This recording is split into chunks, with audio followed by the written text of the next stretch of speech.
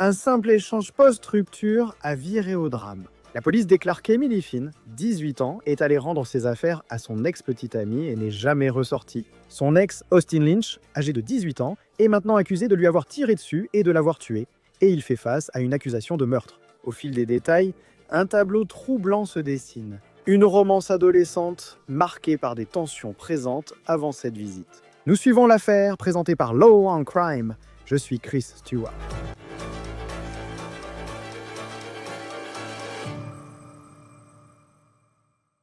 Une jeune ballerine aurait été tuée par son ex-petite amie dans un acte de violence qui a bouleversé une communauté de Long Island. Aujourd'hui, alors que la jeune Emily Finn, âgée de 18 ans, est pleurée, son ex-petite amie Austin Lynch fait désormais face à une accusation de meurtre, tandis que des récits émergent sur ce qui aurait pu conduire à cette tragédie. La police rapporte que l'incident a eu lieu à Nisconset, New York, durant Thanksgiving.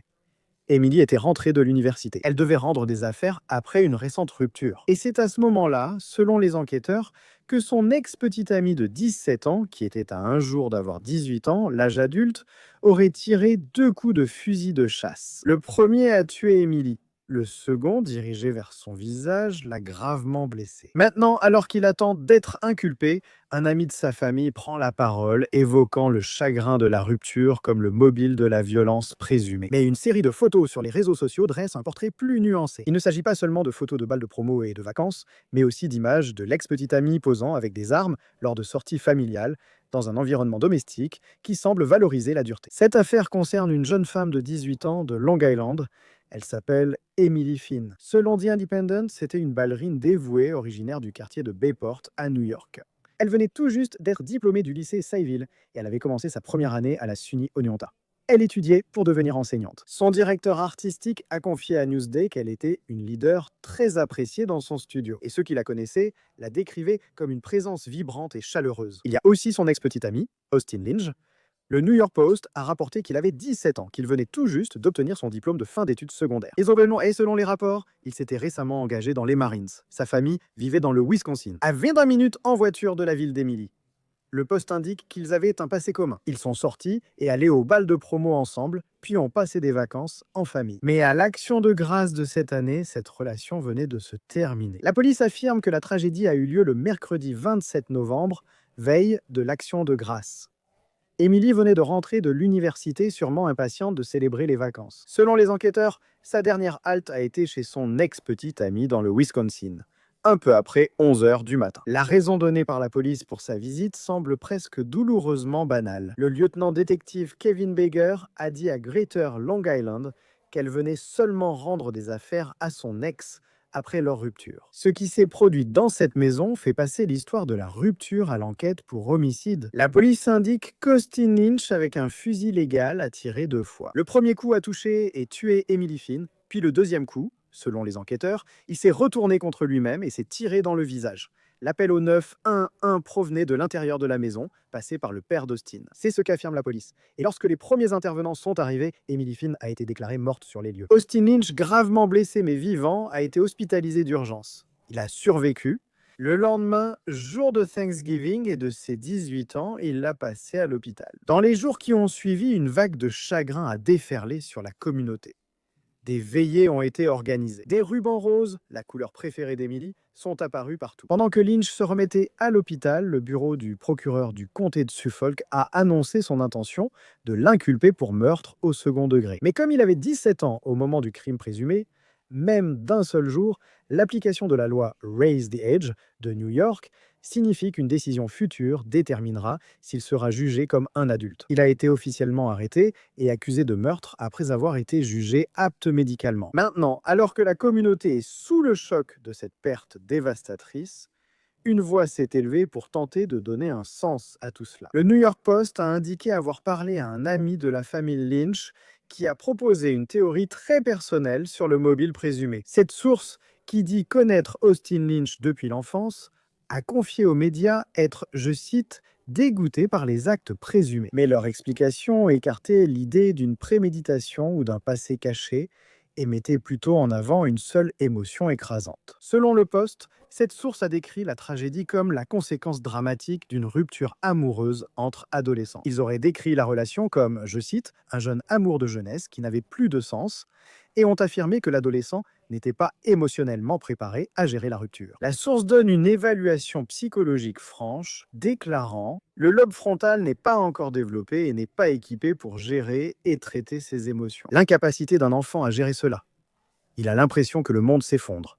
Peut-être plus important encore, la source a directement contredit toute rumeur de blâme envers la victime, déclarant, je cite, les gens commentent en disant qu'elle a dû lui faire quelque chose. Non, elle ne l'a pas fait.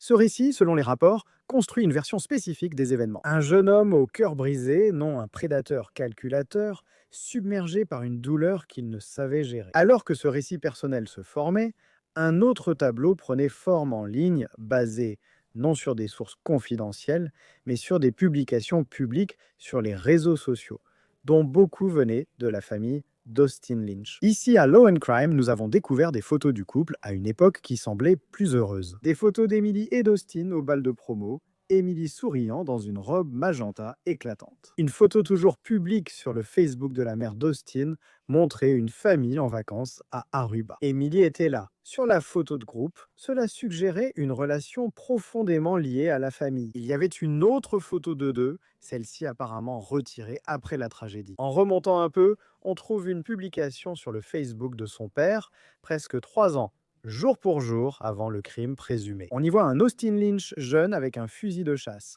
La légende indique un peu de ball trap pour l'anniversaire du garçon. Plusieurs photos montraient à Austin et son père soulevant des poids ensemble. Une légende célèbre ouvertement cela, en disant, je cite, le temps en famille, c'est le temps à la salle de sport dans la maison Lynch. Le 30 novembre, plus de 1000 personnes se sont réunies dans une maison funéraire à West Sayville, New York, pour la cérémonie d'Emily. Selon des rapports du New York Post, les personnes en deuil apportaient un polo du rose à la demande de la famille. Les chaussons de danse rose d'Emily faisaient partie des objets exposés. Une affiche d'elle avec une flûte du lycée de Sayville lorsqu'elle faisait partie de la fanfare, ainsi que des souvenirs de ses réussites académiques. En ligne, une campagne GoFundMe lancée pour sa famille a décrit Emily comme faisant partie intégrante de la vie des personnes qu'elle a touchées. Elle a récolté des dizaines de milliers de dollars en moins de 48 heures. L'association des anciens élèves de Sayville a déclaré que sa mort laisse un vide indélébile là où un avenir prometteur se dessinait. Nous accueillons l'avocat de la défense pénale et ex-procureur Chase Brown pour en discuter. Merci d'être là. Quelle histoire triste là-bas à Long Island. Um, Sachant que le suspect dans cette affaire se serait tiré une balle dans le visage qu'il souffre de blessures non graves et que cela semble être une tentative ratée de meurtre-suicide, comment cela pourrait-il influencer la suite de l'affaire maintenant qu'il y a une procédure engagée contre lui? Cela intervient de plusieurs façons. Selon moi, l'argument principal de la défense est que c'est clairement un facteur atténuant. Dans l'État de New York, la peine maximale pour meurtre au second degré est de 25 ans à perpétuité. Il est possible de réduire cette peine à 23-20 ans, quelque chose comme ça. Donc ça n'excuse pas son comportement, mais c'est un facteur atténuant qu'il se soit fait du mal à lui-même. Et je ne connais pas l'étendue de ses blessures. Donc ça entre certainement en ligne de compte et c'est quelque chose que je prendrais en considération pour atténuer. Et en tant que procureur, l'autre version importe peu. Il savait exactement ce qu'il faisait. Il avait pleinement l'intention ici et il avait l'intention de mettre fin à sa vie à la fin. Et vous savez, il n'a évidemment pas réussi. Mais il ne devrait pas y avoir de circonstances atténuantes. Donc je pense que peu importe de quel côté vous êtes, vous l'utilisez dans ce sens-là. Du point de vue de la défense, un argument atténuant solide peut être présenté. Aussi, d'un point de vue juridique, c'est fascinant. Ce qui rend cette affaire tragique, c'est qu'il avait 17 ans et aurait eu 18 ans le lendemain. On ne voit pas ça souvent, où tout se joue littéralement à 24 heures près entre être adulte et mineur. Comment cela peut-il influencer la suite des événements? Donc, dans tous les cas, c'est un meurtre au second degré, ce qui est l'un des rares chefs d'accusation dans l'État de New York qui permet de rester devant un tribunal pénal. Il y a beaucoup de crimes qui, jusqu'à un certain point, peuvent être transférés. Les meurtres n'en font pas partie. Donc, vous savez, la différence d'un jour ou deux dans ce cas, pour un meurtre au second degré, je ne pense pas que cela fasse une grande différence. Vous savez, mais s'il avait été plus jeune, 15, 14 ans, quelque chose comme ça, mais c'est l'un de ces crimes qui restera, qui a la capacité de rester. Donc, au final, ce sera au juge de décider. Je ne vois pas un juge dans ce comté qui va approuver le transfert de cette affaire au tribunal de la famille. Je pense que cela relève du tribunal pénal et franchement, je pense que c'est là que ça va rester. Quand il s'agit d'une affaire comme celle-ci, où ce n'est pas vraiment une question de savoir qui l'a fait, en ce qui concerne, vous savez, la personne qui a tiré et tué cette jeune femme et qu'elle perd la vie, Du point de vue des procureurs, alors qu'ils vont examiner cela et construire leur dossier, comment s'y prennent-ils? Sachant qu'en réalité, il ne sera pas difficile de le prouver. C'est lui qui a pointé l'arme, a tiré et a ensuite ôté la vie à cette jeune femme. Du côté de l'accusation, il reste beaucoup d'enquêtes à faire. Je consulterai sans doute les relevés téléphoniques. J'examinerai les messages textes et les appels téléphoniques échangés entre ces deux personnes. Vous savez, la victime et l'accusé concernant le plan pour que la victime vienne chez lui, la rupture, n'est-ce pas? Qu'est-ce qui entourait cette situation? Les réseaux sociaux. Vous savez, je demanderai un mandat de perquisition pour les deux téléphones afin de voir, vous savez, quelle était la communication. Y a-t-il un problème? Parle-t-il à un autre ami de sa contrariété? Ce sont des questions pour comprendre son intention. L'intention n'a pas à être planifiée, mais si des données téléphoniques prouvent une planification préalable, cela va beaucoup plus loin. La défense pourrait arguer que c'est circonstanciel. C'est difficile. Mais je pense vraiment que vous voulez établir le contexte pour que, si jamais cela allait jusqu'à un procès, un jour, vous puissiez montrer au jury, regardez, cela dure depuis un moment. Oui, il est passé à l'acte à cette date, mais il avait planifié cela, ou bien tout menait à cela. Parce que, du point de vue de la défense, si vous reprenez cette affaire, à quel moment abandonnez-vous un peu cette partie-là? En disant, par exemple, regardez, c'est lui qui a tiré maintenant, parlons de certains éléments qui ont mené à ce moment-là. Um, Probablement assez tôt. Encore une fois, cela revient à une question d'atténuation. Vous devriez sans doute demander au juge d'accepter un accord de plaidoyer, non? Vous devriez plaider devant le tribunal, plaider coupable aux accusations portées contre vous et recevoir une sentence du juge. Je préparerai un dossier d'atténuation du mieux que je peux. Peut-être faire une évaluation de la santé mentale, voir s'il y a quelque chose à exploiter sous différents angles. D'un point de vue juridique et factuel, je pense que tu auras du mal comme avocat de la défense ici. Et on a vu dans des affaires comme la violence domestique, si les gens étaient mariés et qu'ils traversent un divorce, et tu vois ça, tu sais, très tristement, les choses peuvent devenir tragiques. Dans ce cas, c'était un amour d'adolescent, comme certains l'ont présenté. Une personne a qualifié cela d'amour de jeunesse. Ce sont de jeunes enfants et il ne sait pas gérer ses émotions. Comment le tribunal considère-t-il une chose comme celle-ci? Il s'agit de deux jeunes traversant une rupture difficile. Contrairement à un cas où ils auraient la quarantaine, auraient été mariés ou auraient eu une relation qui tourne mal. Comment le tribunal considère-t-il cela alors qu'il s'agit d'un tribunal pour adultes et que la personne a 18 ans? Oui, donc je veux dire, cela montre clairement que le cerveau n'est pas complètement développé. Je sais que certaines études, ou peu importe, disent que ce n'est pas avant le début de la vingtaine. Donc cela entre en compte. As-tu la capacité de prendre des décisions pour dire, pour réaliser quelles seront les conséquences de tes actes en réfléchissant au-delà de la simple réaction émotionnelle immédiate? Comment gères-tu ces émotions? Donc cela revient encore une fois, je pense, à un autre facteur atténuant pour lequel vous devriez réduire la peine. Je veux dire, je ne pense pas que ce soit une situation où l'on est acquitté pour cause de trouble mental. Ce que je veux dire par là, c'est une défense où vous n'avez pas la capacité de comprendre ce qui se passe, ou une défense pour cause de folie. Je ne pense pas que cela atteigne ce niveau. Mais je pense que cela sert simplement à essayer de réduire ces chiffres en ce qui concerne la peine finale que vous recevez. C'est certainement quelque chose qui entrerait en ligne de compte. Cependant, il s'agit de gérer ses émotions, ses actions et de comprendre les conséquences, car à cet âge, on est très myope. En tant qu'avocat de la défense, dans ce type d'affaires, on cherche à comprendre et à clarifier la situation. Je sais que pour cette relation, ils sont allés ensemble au bal de promo et sont partis en vacances avec leur famille. Donc il y avait beaucoup de gens qui les voyaient publiquement en couple, qui probablement n'étaient pas. Même s'ils avaient eu un problème, personne n'aurait jamais imaginé que cela prenne la tournure que cela aurait prétendument prise. En tant qu'avocat de la défense, comment commencez-vous à recueillir des informations et à essayer de reconstituer ce que vous pensez être une bonne défense pour un client comme celui-ci? Je recueillerai les antécédents familiaux des frères et sœurs, des parents et le contexte d'éducation de ce jeune homme. En ce qui concerne sa scolarité, s'il y a quelque chose dans son enfance qui l'a affecté, s'il y a eu un traumatisme, y a-t-il un diagnostic, des problèmes de santé mentale? Il faut aussi consulter ses dossiers scolaires. Comment se passe-t-il à l'école? Parce que le problème, c'est que sur le papier, ils vont le présenter comme il est présenté comme un meurtrier. Mais nous devons mettre un visage sur ce nom, donner un peu plus de contexte et humaniser cet individu qui est accusé de cela. Donc, il faut regarder du côté de la famille, de son passé, de tout traumatisme qui aurait pu survenir pendant son enfance. Et ensuite voir s'il y a des amis ou d'autres personnes qui pourraient écrire des lettres et des témoignages de moralité et essayer d'apporter certains aspects positifs de ce jeune homme dans l'équation.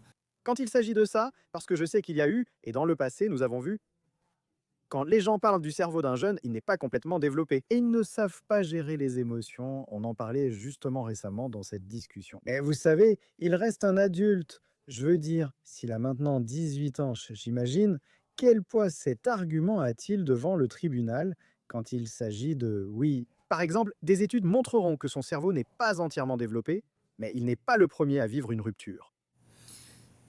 Je veux dire, entre 17 et 18 ans, est-ce qu'il est vraiment si différent d'un jour à l'autre? Non, c'est juste que c'est un chiffre arbitraire dans ce sens-là. Mais je pense que c'est la jeunesse en elle-même. Donc il n'a pas 25 ans, il n'a pas eu les expériences de vie qu'une personne de 25 ou 30 ans pourrait avoir, ou même une personne de 20 ans. Je veux dire, il était encore au lycée, il ne semblait pas encore avoir quitté la maison. Il n'avait jamais été seul, il n'avait pas eu l'occasion de vraiment prendre soin de lui-même. Il a été sous la responsabilité de ses parents tout ce temps. Donc je pense que ça entre en compte. Je veux dire, ce n'est pas... Il n'a pas la maturité ni l'expérience de vie que l'on pourrait attendre d'un adulte, vous savez, de quelqu'un de plus âgé, pour dire à 100% qu'on peut le tenir responsable de tout ce qu'il a fait. Il se peut qu'il n'ait pas cette expérience pour cela. Et si cela arrive, ou même si nous en sommes encore au début et que c'est sans doute trop tôt, si cela implique de plaider devant le tribunal et de demander la clémence d'un juge, comment ce processus se déroule-t-il à New York?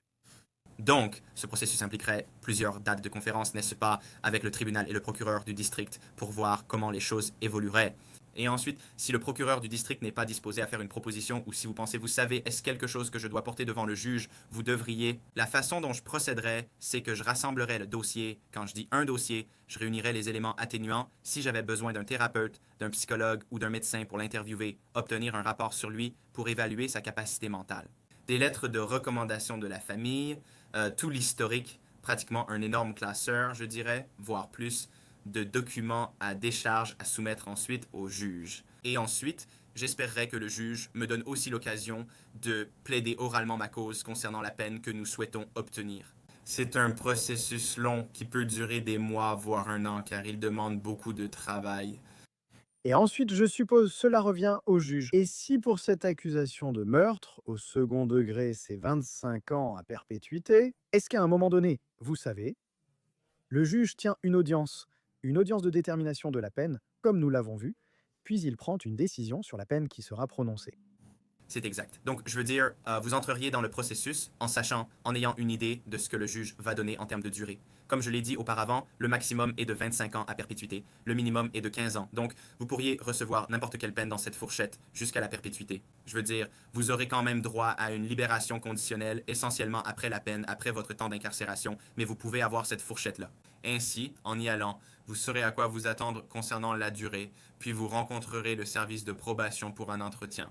Um, vous soumettriez votre dossier et vos circonstances atténuantes, puis auriez la date de condamnation. Mais vous n'entreriez pas dans ce processus sans avoir une idée du chiffre.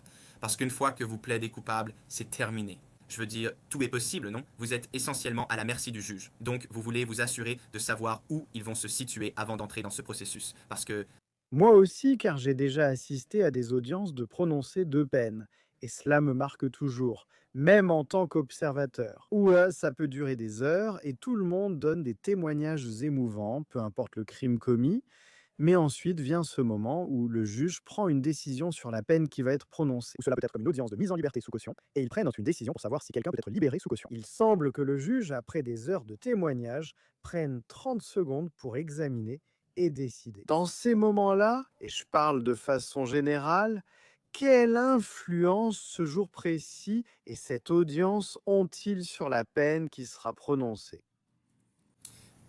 c'est du cas par cas. Je ne pense pas qu'on puisse dire cela peut avoir un impact sur chaque affaire. J'ai vu des affaires où l'attitude de l'accusé envers le juge ce jour-là, ce que je veux dire par là, c'est montre-t-il des remords? Est-ce qu'il s'excuse? Est-ce qu'il présente des excuses aux victimes dans une affaire sensible pour les victimes? S'excuse-t-il auprès des victimes et reconnaissent-ils leur culpabilité? Ou bien quelqu'un va-t-il se lever et dire, même après avoir été reconnu coupable, je maintiens toujours mon innocence? Je vais faire appel. Je ne l'ai pas fait. C'est injuste. Le juge en tiendra compte. La façon dont on montre ses remords devant le juge est très importante. Et puis, si le juge n'est pas au courant de certains des impacts qu'une victime a pu subir, toutes ces déclarations d'impact des victimes peuvent être incroyablement marquantes et douloureuses et très, très difficiles à entendre pour tout le monde, simplement à cause du caractère traumatisant de certains de ces crimes. Donc, c'est au cas par cas. Mais je pense que cela dépend vraiment de la façon dont cet accusé va se comporter au tribunal. Vont-ils présenter des excuses? Vont-ils continuer à clamer leur innocence après? Et évidemment, ça c'est dans le cadre d'un procès, mais pour faire court, c'est au cas par cas. Mais ce sont quelques-uns des facteurs. Concernant les procureurs, il ne s'agit toujours pas de déterminer qui a ôté la vie à cette jeune femme. Nous savons à peu près ce qui s'est passé. Et nous savons qu'il y a eu cette rupture et tous ces éléments qui y ont mené. Et elle ne sera plus jamais là. Elle a perdu la vie. Elle avait un avenir incroyablement prometteur et sa vie est perdue. Qu'est-ce qui entre en jeu dans la décision d'un procureur de conclure ou non un accord pour éviter un procès? Mais en même temps, il faut s'assurer que la famille, les communautés concernées, obtiennent la justice qu'elles recherchent, car c'est leur proche qui a été perdu. Oui, absolument. Donc, cela va se résumer à... euh, si le procès a lieu, je suis certain que les parents de cette jeune fille y assisteront chaque jour, ainsi que leur famille. Un procès reste un procès. Je veux dire, il faut quand même prouver son dossier, donc il faut prouver le décès. Il faut prouver que ce jeune homme l'a fait exprès. Et lors du procès, cela implique des autopsies et des photos. La famille y doit chaque jour s'asseoir là et revivre le moment le plus traumatisant de leur vie, j'en suis sûr. Il y a donc un intérêt à éviter ce processus et à plaider coupable. Mais en même temps, il faut avoir un chiffre, et je dis bien un chiffre, une peine qui apporte une forme de clôture à la famille, qui rende justice à toutes les personnes concernées. Donc, vous savez, si vous pouvez trouver ce chiffre qui évite un procès, qui évite, vous savez, ce processus vraiment éprouvant pour la famille, mais qui est aussi le bon chiffre pour que cet accusé plaide coupable. Je pense que c'est ce qui permet d'y arriver. Mais encore une fois, un procès reste un procès et vous pouvez éprouver de la sympathie. Vous pouvez avoir de la sympathie. Vous pouvez en tenir compte au procès, mais vous devez toujours prouver votre dossier et revoir les faits. La famille serait là, ce qui rendrait la situation très difficile, c'est sûr. Et si cela finit par aller en procès, et disons simplement que le prévenu tente sa chance, peu importe ce que ce sera. Qui sait ce qui va se développer en termes de preuves au fur et à mesure que ce processus avance? S'il y a un verdict de culpabilité, qui décide de la peine à prononcer? C'est entièrement au juge de décider à ce moment-là. Le juge prendra la décision. If you were... Si cette affaire devait aller en procès du point de vue de la défense, et évidemment s'il est reconnu coupable, je veux dire, les circonstances atténuantes que j'ai évoquées auparavant entreraient probablement à nouveau en jeu. Vous allez probablement soumettre à nouveau ce même dossier au juge pour essayer d'atténuer cette peine. Cependant, on ne peut pas punir quelqu'un pour avoir exercé son droit d'aller en procès. Mais il y a quelque chose à dire sur la famille de la victime qui doit venir chaque jour et endurer tout cela. Encore une fois, vous tenterez de réduire ce chiffre au maximum, mais désormais, un jury de vos pairs vous a reconnu coupable. C'est notre système. Et vous savez, à ce moment-là, c'est au juge de décider. Oui, et nous verrons comment cette affaire évolue. Nous en sommes encore au tout premier stade. Une affaire vraiment tragique, tragique venant de Long Island. Chase Brown, avocate de la défense et ex-procureur, merci d'être avec nous sur Law and Crime. Nous vous remercions. Oui, merci de m'avoir invité, je vous remercie. Austin Lynch demeure en détention, inculpé de meurtre au 2e degré. C'était l'affaire présentée par Law and Crime. Abonnez-vous à YouTube et Spotify. Je suis Chris Stewart. À la prochaine.